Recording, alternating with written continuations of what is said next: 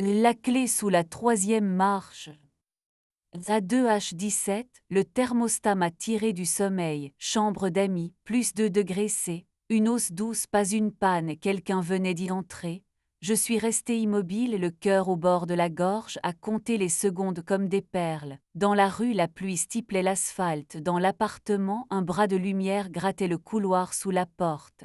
Puis un rire trop bas pour être un film. Pas le rire d'Adrien, le rire d'une femme. J'ai posé les pieds au sol sur le tapis de laine qui dit quand on se lève. Le parquet n'a pas gémi, j'ai appris la maison comme une partition. Dans l'entrée, la table laissait flotter l'odeur d'un vin que je n'achète jamais, cerise noire, poivre, vanille. Sur le fauteuil, un manteau dont la doublure scintillait au moindre souffle, et par terre une clé plate pendue à un ruban de tissu, pas notre clé. Le ruban se terminait par un nœud rouge, celui qu'on serre à une troisième tentative. J'ai su d'où elle venait, de la cache d'Adrien sous la toise. Je n'ai pas allumé. J'ai reculé, j'ai replié la nuit sur moi comme un châle. J'ai pris mon téléphone et j'ai enclenché l'enregistrement sans regarder l'écran. Je n'avais pas besoin d'images, seulement de temps. Dans la chambre, je me suis assis au bord du lit. J'ai porté le poignet à la bouche et j'ai goûté le sel sec de ma peau. J'ai pensé à l'été où nous avions acheté cet appartement, à la façon dont Adrien mesurait chaque fenêtre à la pomme, comme si la lumière devait tenir dans sa main. J'ai pensé au jour où nous avions caché la clé. Je m'appelle Camille, 35 ans, horlogère, je démonte le temps pour le tenir, j'écoute les battements des montres avec l'oreille collée au métal, je graisse des pignons plus petits qu'un soupir. Adrien a 38 ans, architecte de façade, collectionneur de plans et jusqu'à hier de promesses tenues. 10 ans que nous tentons d'habiter la même heure. J'aimais nos dimanches, la pâte à tarte sous ses doigts, sa manière d'attacher mes cheveux d'un geste qui n'était ni sûr ni maladroit, juste le sien. J'aimais son odeur après la pluie, cèdre, café. Le matin, j'ai laissé le thermostat retomber à sa température basse comme on laisse redescendre la fièvre. Sur la table, un cercle humide dessinait l'emplacement d'un verre. Dans l'évier, 2 coupes lavées à la hâte laissaient un croissant de rouge aux pieds, preuve paresseuse. Sur le dossier de la chaise, la trace oblongue d'un corps. Adrien dormait dans notre lit, couché sur le dos, la bouche à peine ouverte. Il avait l'air d'un enfant qu'on n'aurait pas prévenu qu'il grandit. J'ai posé une main sur sa clavicule et j'ai senti son cœur, ce muscle qui ne ment. On n'apprend pas la trahison, on reconnaît l'accent au premier mot. Les jours suivants, tout confirma, sans m'obliger au spectacle, un ticket de parking d'un hôtel au nom improbable, les phares coincés dans sa poche, un bracelet élastique noir qui n'était pas le mien derrière la corbeille à linge, un message vocal supprimé dont l'icône restait obstinée comme un ongle qui s'accroche. J'ai refermé chaque preuve avec une douceur appliquée, comme on recale un balancier capricieux. Il faut un geste ni trop tendre ni trop brutal. Le troisième jour, j'ai fait ce que je fais quand je ne sais plus où mettre mes mains. Je suis allé au Tirage et Typo, une imprimerie artisanale au fond d'une cour qui sent l'encre et l'orage bloqué. J'y fais parfois faire des cartes de visite pour mon atelier. C'est là que j'ai rencontré Elio. Et Elio est calligraphe. Même ses gestes silencieux ont du son. Sa voix est basse, son rire rare, ses doigts tachés d'un bleu qui ne part plus, comme une promesse tatouée à soi-même.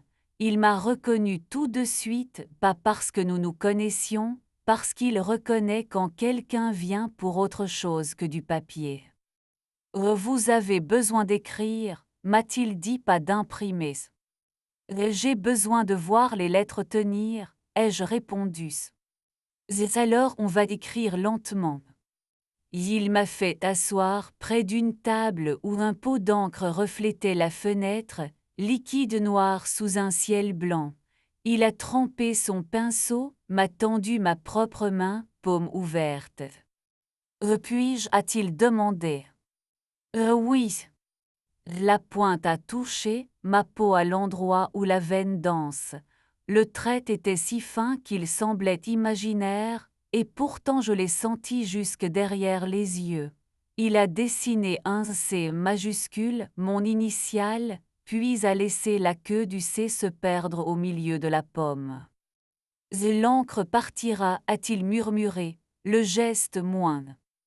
Et en effet, je me suis senti exister jusqu'au bout de mes doigts, ce que je n'avais pas éprouvé depuis quand? Depuis la dernière fois qu'Adrien avait posé sa main au creux de ma nuque pour me guider vers lui en silence. Je me suis souvenu de son souffle à l'oreille, de sa manière de m'embrasser en 2 étapes, de nos nuits où nous ne cherchions pas à convaincre, seulement à consentir. J'ai senti tout ce qui avait reculé, presque à mon insu, face aux jours qui s'empilent. Vous écrivez pour qui? Ai-je demandé. Pour que ça existe, a-t-il simplement dit. Le destinataire choisi après. J'ai souri. Elio a posé un papier épais devant moi, a écrit respire d'une écriture qui tenait la page comme une main tient un visage. Je suis rentré avec ce mot dans la poche, comme un secret utile. Le soir, j'ai posé le papier sur le réfrigérateur avec un aimant en forme de clé. Adrien l'a lu en passant, a souri sans comprendre, m'a embrassé avec une bouche trop légère. Demain réunion tard, m'a-t-il dit, ne m'attends pas. D'accord. J'ai écrit dans ma tête, ne me mens pas à l'heure où nous dormons à la même adresse.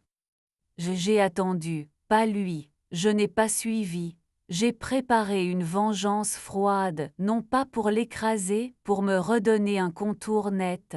Il y a dans mon métier une patience qui n'est pas de la faiblesse, on sait que forcer un ressort le casse.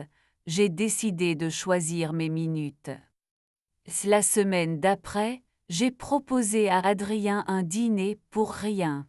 Un jeudi, nos jeudis d'autrefois où la lumière tombe comme un rideau et où l'on met les mains dans une casserole sans parler.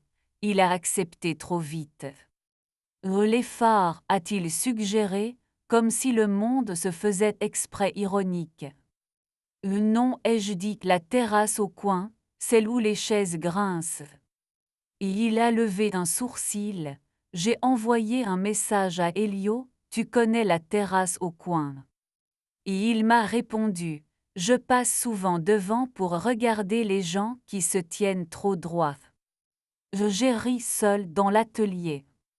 Le jeudi, Adrien est arrivé avec un retard poli.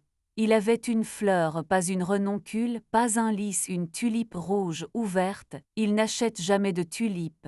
Il m'a parlé de métré, de budget, de dalles trop lourdes. Ses mains tournaient sa serviette. Je les ai regardées sans colère, avec le soin qu'on met à lire un cadran rayé, on cherche l'heure malgré le verre fissuré. Tu n'as pas faim, ai-je dit. Toi non plus, a-t-il répondu. Alors parlons. Il a hoché la tête, il a cessé de jouer avec la serviette, ses épaules ont descendu d'un cran. Je ne sais pas comment j'ai bifurqué, a-t-il avoué. J'ai voulu être léger quelque part, et j'ai choisi de l'être là où je pouvais me raconter que ce n'était pas grave, c'est grave.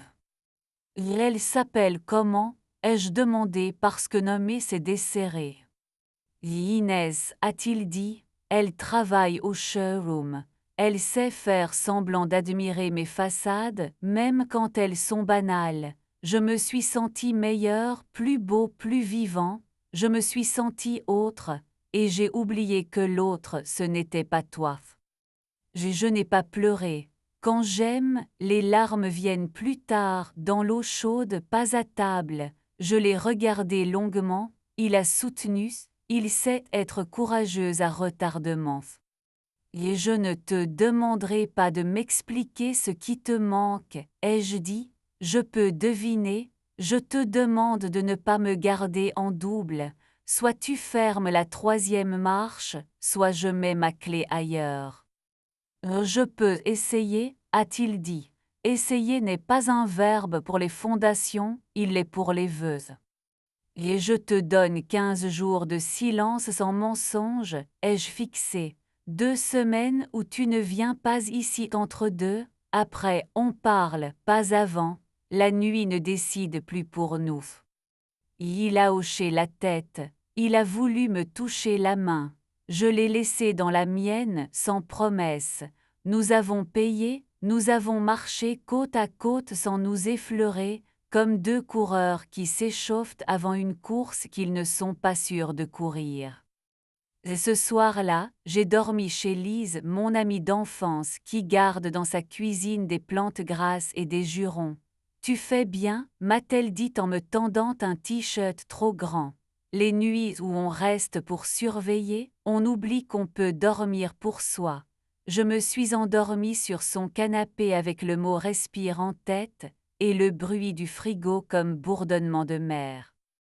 Les 2 semaines ont été étonnamment pleines. Le jour, j'ai réparé des montres dont le monde a besoin et des montres dont ne se sert que la vanité avec le même soin. La nuit, j'ai relu des livres dont j'avais peur, ceux qui disent la vérité avec un ton de blague. Elio m'a appris à écrire avec de l'eau sur la peau, un pinceau trempé qui dessine des mots qui n'existent que tant que la chaleur les garde. Un soir, il a posé là sur mon poignet à l'endroit où bat la possibilité, puis il a soufflé doucement et le mot a disparu. J'ai senti. Nous avons parlé sans nous toucher plus qu'un geste. Dans l'atelier, il a mis de la musique basse, vieille bossa lente, et il m'a demandé si je voulais danser. Nous avons bougé si peu que nos habits ne pouvaient pas s'en souvenir. Il a approché son visage de mon cou, a inspiré, puis s'est reculé. Respecte n'est pas un mot ennuyeux quand il vous sauve. À la fin des 15 jours, Adrien est revenu. Il avait l'air d'avoir froid même au soleil. Il s'est assis à la table sans s'excuser, déjà une forme de progrès. Il a posé la clé de la 3e marche devant moi, la vraie, usée, avec notre ruban bleu d'autrefois, pas le rouge de l'autre. Je lui ai dit, a-t-il commencé, que je n'étais pas quelqu'un d'autre, que mon couloir s'appelle Camille. Elle a pleuré de colère, pas de tristesse. Ça m'a soulagée et m'a humiliée. Je n'ai pas dormi chez elle une dernière nuit. Je suis allée à l'hôtel. J'ai pensé au thermostat qui se réveillait à ton oreille sur nos murs. Je te demande pardon, pas pour que tu annules, pour que tu saches que je sais. Pardon est un mot lourd, on ne le pose pas partout. Je l'ai pris, je l'ai tourné, je l'ai posé sur le bois. Et je ne te promets rien, ai-je répondu, si ce n'est que je ne me ferai pas disparaître pour que tu te vois mieux. On peut recommencer si tu veux apprendre à me regarder comme si c'était la première fois, pas comme si j'étais sûre d'être là. Je veux, a-t-il dit. Il avait la voix de nos premiers mois. Nous avons remis nos mains l'une dans l'autre. Ce soir-là, nous avons fait l'amour sans ruse, sans rachat, avec une lenteur qui avait le goût d'une première fois adulte. Sa bouche a descendu le long de ma clavicule comme s'il lisait à voix basse les noms des villes d'un rivage. Mes doigts ont retrouvé l'angle précis de sa hanche, celui où il soupire au lieu de parler. Nous nous sommes arrêtés plutôt que d'accélérer 2 fois pour vérifier que ce n'était pas une course. Quand il est entré en moi, ce n'était pas pour habiter à ma place, c'était pour habiter. La suite n'a pas été parfaite, elle a été tenue. Adrien a rangé sa vie comme on remet de l'ordre dans une trousse d'outils, pas pour faire joli, pour que chaque chose retrouve sa fonction. Il m'a parlé quand l'envie de fuir lui revenait, et quand la mémoire d'Inès grattait, il n'a pas fait le brave, il a dit elle repasse, et nous avons allumé la lumière pour la voir partir. J'ai cessé de regarder nos murs comme des juges. J'ai repris des soirées avec Elio non pour trahir, pour me rappeler que ma peau sait lire. Parfois, il m'embrassait la main. Un dimanche, j'ai trouvé une petite carte sous la 3e marche, un carton crème plié en 2. Sur la face, au feutre fin, un seul mot fermé. À l'intérieur, le plan dessiné par Adrien d'une cache différente, dans un pot en terre derrière le romarin du balcon. En cas d'incendie ou de bonheur, j'ai ri. J'ai glissé la carte dans la poche d'une veste et je l'ai oubliée là exprès, pour sentir parfois sa présence quand je chercherai ma monnaie. Et Inès a écrit, un soir de pluie, je ne suis pas une voleuse, je suis quelqu'un qui s'ennuie vite, ne me pardonne pas, garde ta maison. Je lui ai répondu, la maison se garde si on l'habite, bonne route, ce n'était ni cruel ni généreux, juste net. Et Elio a rencontré une femme qui fabrique des abat-jours en dentelle de métal. Il me l'a dit en posant sa main sur la mienne comme on pose une lettre sur un bureau propre. J'ai senti une pointe, pas de jalousie, un aiguillat, puis de la gratitude d'avoir été tenu sans mensonge. Nous nous sommes embrassés une fois de plus sur la tempe, et nous avons laissé la chambre noire aux amoureux débutants qui ont besoin d'un rouge pour se donner du courage. Au printemps, j'ai reçu un coucou ancien restauré, un modèle suisse des années 30 dont la petite porte refusait de s'ouvrir à l'heure. J'ai démonté, j'ai nettoyé, j'ai soufflé dans les canaux, j'ai repoli le crochet. Au moment de remonter le tout, j'ai hésité un cran, puis l'autre, puis le ressort accepté.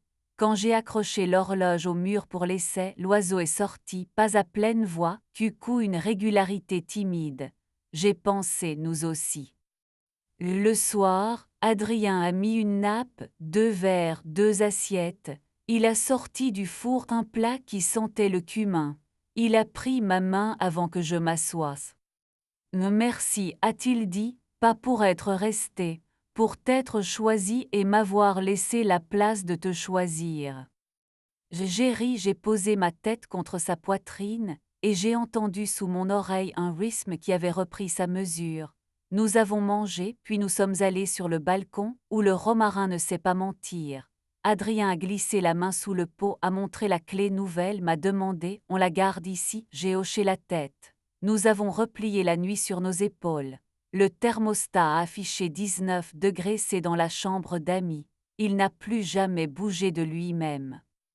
Il m'arrive encore de passer la paume sur la 3e marche, par réflexe pour saluer une ancienne version de moi, celle qui courait au moindre bruit.